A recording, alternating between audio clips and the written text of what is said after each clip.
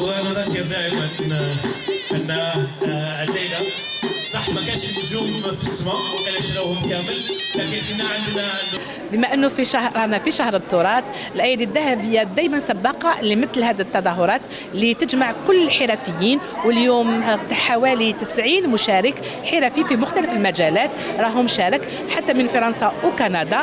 لجنه التحكيم شرفونا من العراق، من تركيا، من تونس، وعمالقه الطبخ الجزائري اللي هي سيده بنبريم وسيده رزقي.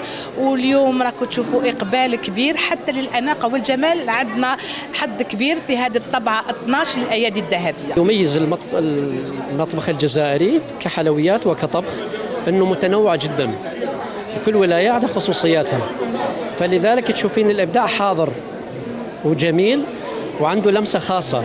هنيئا لكم بهذا التنوع الرائع، وان شاء الله نتمنى التوفيق للمتشاركين اللي من الجزائر ومن خارج الجزائر، ومزيد من النجاح، وان شاء الله المواسم المقبله تكونوا حاضرين معاكم، وبالتوفيق ان شاء الله. عندي هذه الخطره الرابعه وانا نشارك، نربح انا الاولى، ندير التقليدي، ندير الطعام شخشوخه وسفيطي.